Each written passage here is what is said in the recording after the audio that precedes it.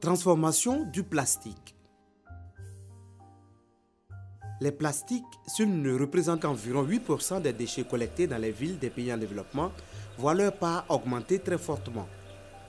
Chaque année, plus de 500 milliards de sacs plastiques sont distribués dans le monde d'après l'association anglo-saxonne Reuse It. Pourtant, un sachet ne sert qu'environ 20 minutes. Comment obtient-on du plastique? Aujourd'hui, la plupart des plastiques sont obtenus à partir du pétrole. C'est la matière première qui va permettre la production d'une molécule de base appelée monomère comme l'éthylène, le propylène, le styrène. Ensuite, par un procédé dit de polymérisation, on va assembler un très grand nombre de molécules du même monomère initial pour former de grandes chaînes que l'on appelle polymères. On obtient alors du polyéthylène, du polypropylène, du polystyrène. On sait aussi fabriquer aujourd'hui des plastiques comme le polyéthylène à partir de molécules végétales, des plastiques biodégradables ou encore des plastiques oxodégradables. Quel est l'impact du plastique? La mauvaise gestion des déchets plastiques génère un impact environnemental et sanitaire important. Pollution visuelle, stagnation d'eau propice à la prolifération de moustiques et inondations. Ils présentent également un risque pour le bétail qui les ingère et meurt prématurément. Par exemple, au Burkina Faso, plus de 35% des bovins ont du plastique dans leurs panses. Enfin, s'ils n'obstruent pas les caniveaux provoquant des inondations, ils sont la source d'une importante pollution de l'air lorsqu'ils sont brûlés dans les rues. Si ces déchets représentent un véritable fléau lorsqu'ils sont mal gérés, ils peuvent pourtant devenir des ressources intéressantes grâce à une diversité de procédés de valorisation. Quelles sont les différentes méthodes de valorisation des déchets plastiques? Il existe essentiellement 3 méthodes de valorisation du plastique. 1. L'incinération. Les plastiques composés de pétrole raffiné ont une capacité calorifique proche de celui-ci. On peut incinérer les déchets plastiques pour récupérer l'énergie qu'ils contiennent sous forme de chaleur. Mais si l'incinération est mal maîtrisée, elle peut présenter des risques majeurs pour l'environnement et la santé des êtres vivants par l'émission de dioxine et de HAP, molécules cancérigènes présentes dans les fumées de combustion. C'est pourquoi la combustion des plastiques ne peut se faire que dans les installations capables de traiter correctement les fumées, comme les usines d'incinération ou des fours de cimenterie. 2. La valorisation matière. La valorisation matière ou valorisation mécanique consiste à réutiliser les déchets plastiques avec un minimum de transformation de la matière.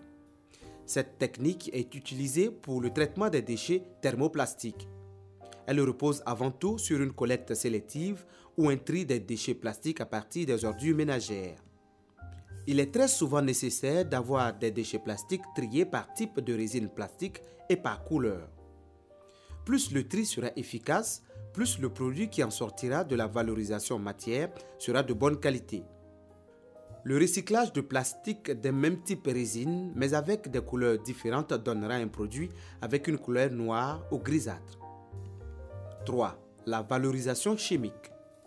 La valorisation chimique consiste à transformer la matière plastique en molécules de base, monomères, esters, pouvant servir à la synthèse d'une nouvelle matière plastique ou pour la pétrochimie. Ces technologies sont encore peu développées ou limitées à certaines natures de résines plastiques. On ne les utilise que dans les pays occidentaux et les pays émergents. Si ces techniques sont très efficaces, elles n'en demeurent pas moins risquées, non seulement pour l'opérateur, mais aussi pour l'environnement. Dans les pays du Sud, c'est donc la valorisation matière qui est privilégiée. La régénération. Ce procédé permet de valoriser tous les thermoplastiques PE, PP, PET, soit 75% de la production mondiale de plastique. La régénération consiste à produire à partir de déchets plastiques de la poudre par micronisation, des granulés par extrusion ou du broyat par simple broyage, comparable aux résines vierges pour les réintroduire sur le marché international des résines plastiques. La régénération est la technique la plus efficace en termes de rendement de valorisation matière des déchets plastiques, mais elle nécessite un équipement relativement coûteux et des compétences techniques. Cette technique impose une grande rigueur sur le tri des plastiques car les différentes résines thermoplastiques sont en général non miscibles entre elles et sur la propriété de la résine pour qu'elle soit reprise par les industriels. Elle s'opère en plusieurs étapes. Tri, lavage, séchage, broyage, extrusion ou granulation. Phase 1. Tri, lavage, séchage. Cette étape consiste à présenter un déchet plastique non souillé et trié par type et qualité de résine pour les opérations de broyage, granulation, extrusion. Ces opérations peuvent être réalisées sans machine. Phase 2. Broyage, extrusion, granulation. Cette étape va apporter une grande valeur ajoutée en transformant le déchet plastique en sous-produit commercialisable auprès de l'industrie plastique. Pour cela, il est nécessaire de s'équiper en machines dont la consommation électrique n'est pas négligeable, surtout pour l'extrusion. La fabrication d'éléments de construction. Les sachets plastiques sont pour la plupart faits en polyéthylène basse densité, PEPD, qui est un thermoplastique. En les chauffant, ils vont fondre et devenir pâteux. On y ajoute alors du sable tout en malaxant. Une fois le mélange homogène, on le verse dans un moule et on laisse refroidir avant démoulage. On peut ainsi fabriquer des pavés, des tuiles, des bordures de trottoirs, des parpaings. Cette technique qui présente l'avantage de nécessiter de faibles investissements et permet de valoriser les sachets même non lavés a beaucoup attiré l'attention en Afrique, mais avec encore peu de succès enregistrés. Quelles sont les difficultés rencontrées?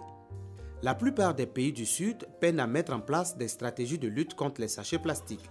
Des lois d'interdiction de la production, l'importation, la vente et l'utilisation des sachets plastiques légers sont prises, mais les résultats restent mitigés.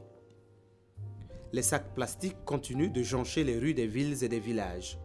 Aucune alternative sérieuse n'est trouvée pour faire face à l'entrée des sacs plastiques biodégradables ou non biodégradables ou à leur valorisation.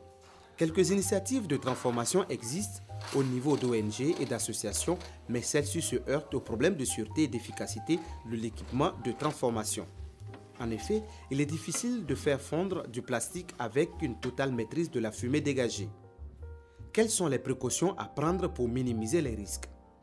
La bonne séparation des types de plastique avant les opérations de transformation ou de valorisation est recommandée. Cela permet d'avoir des granulats de nature et de couleurs différentes, mais permet aussi de séparer les plastiques présentant des risques particuliers comme le PVC dont la combustion dégage de l'acide chlorhydrique.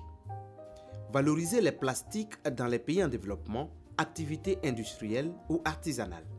Le recyclage des déchets plastiques dans les pays en développement est une problématique majeure. La valorisation matière est généralement la seule méthode effectivement mise en place et qui fait l'objet de développement. Elle peut se faire de manière artisanale ou semi-industrielle.